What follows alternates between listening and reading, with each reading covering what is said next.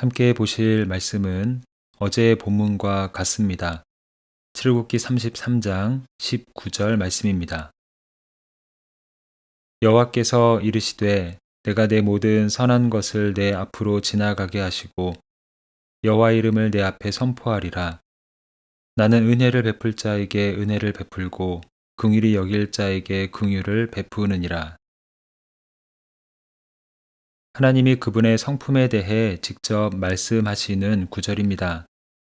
하나님은 은혜와 긍휼을 베푸시는 분입니다.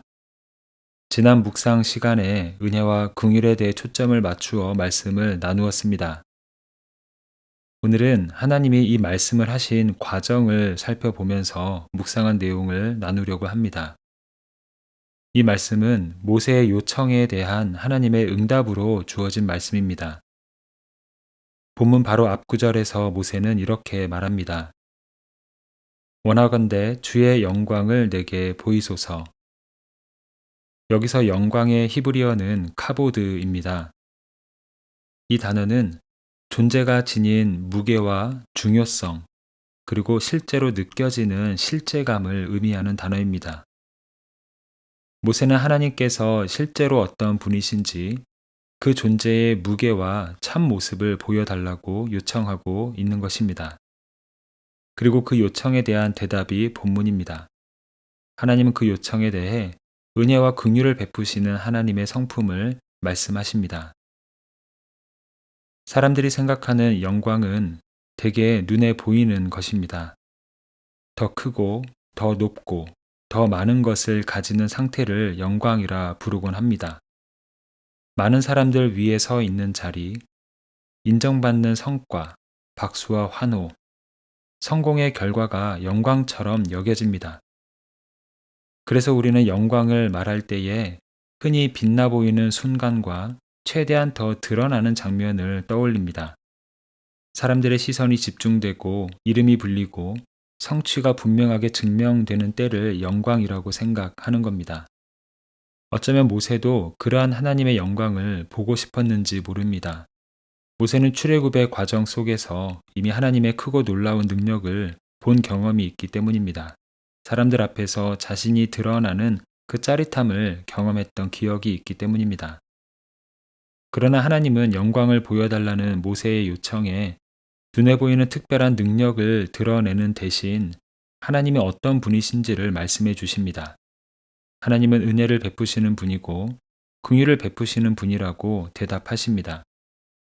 하나님은 이 대화를 통해 하나님의 영광이 은혜와 긍휼의 성품을 통해 분명하게 드러난다는 사실을 보여주고 계십니다. 우리는 십자가를 가장 영광스럽게 생각합니다.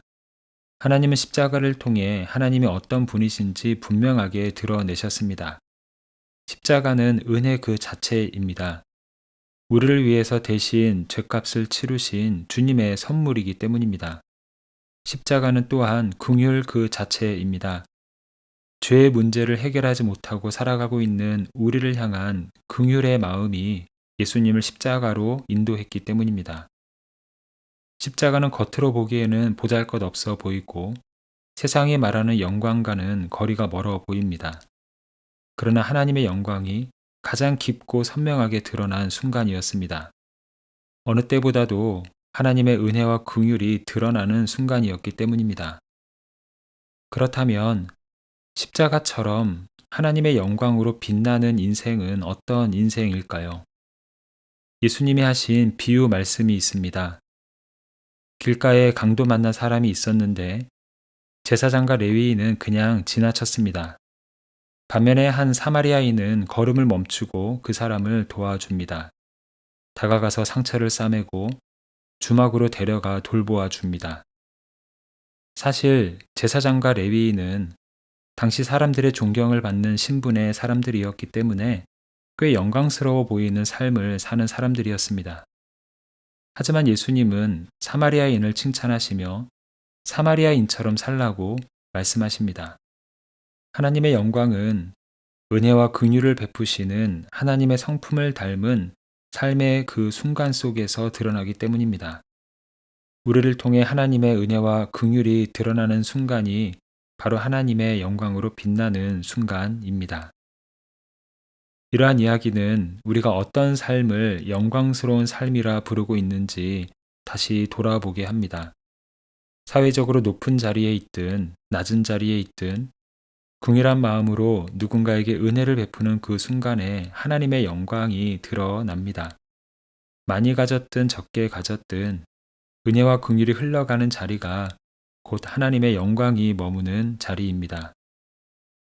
하나님은 우리를 통해 드러나는 주님의 은혜와 긍휼을 통해 오늘 하루도 이 땅이 하나님의 영광으로 찬란하게 빛나게 하실 것입니다. 함께 기도하겠습니다. 긍휼이 풍성하신 하나님, 주님의 영광이 드러남과 성취에 있지 않고 은혜와 긍휼의 성품 안에 있음을 알게 하시니 감사를 드립니다. 세상이 말하는 영광을 쫓아 마음이 분주해졌던 우리의 연약함을 주님 앞에 내려놓습니다. 주님께서 주시는 지혜와 주님을 닮은 성실함으로 삶의 자리에서 빛나게 하시되 무엇보다 은혜와 긍휼을 베푸는 바로 그 순간이 주님의 영광을 드러내는 순간임을 잊지 않게 하여 주시옵소서. 은혜와 긍휼로 걸어가는 우리의 발걸음이 주님의 영광을 비추는 삶이 되게 하여 주시옵소서. 주님의 몸된 교회를 섬기는 목회자들과 교회 리더들 그리고 선교사들을 주님의 손에 올려드립니다. 주님의 부르심을 기억하며 사명의 자리에 서 있는 이들에게 새 힘과 위로를 더하여 주시옵소서. 말씀을 전하는 이들에게 성령의 지혜를 주시고 섬김의 자리마다 은혜와 긍휼이 흐르게 하여 주시옵소서. 열방에서 수고하는 선교사들을 보호하시고 뿌려진 복음의 씨앗들이 주님의 때에 생명의 열매로 나타날 수 있도록 은총을 더하여 주시옵소서. 예수 그리스도의 이름으로 기도합니다. 아멘. 이제 각자 기도하는 시간을 갖습니다.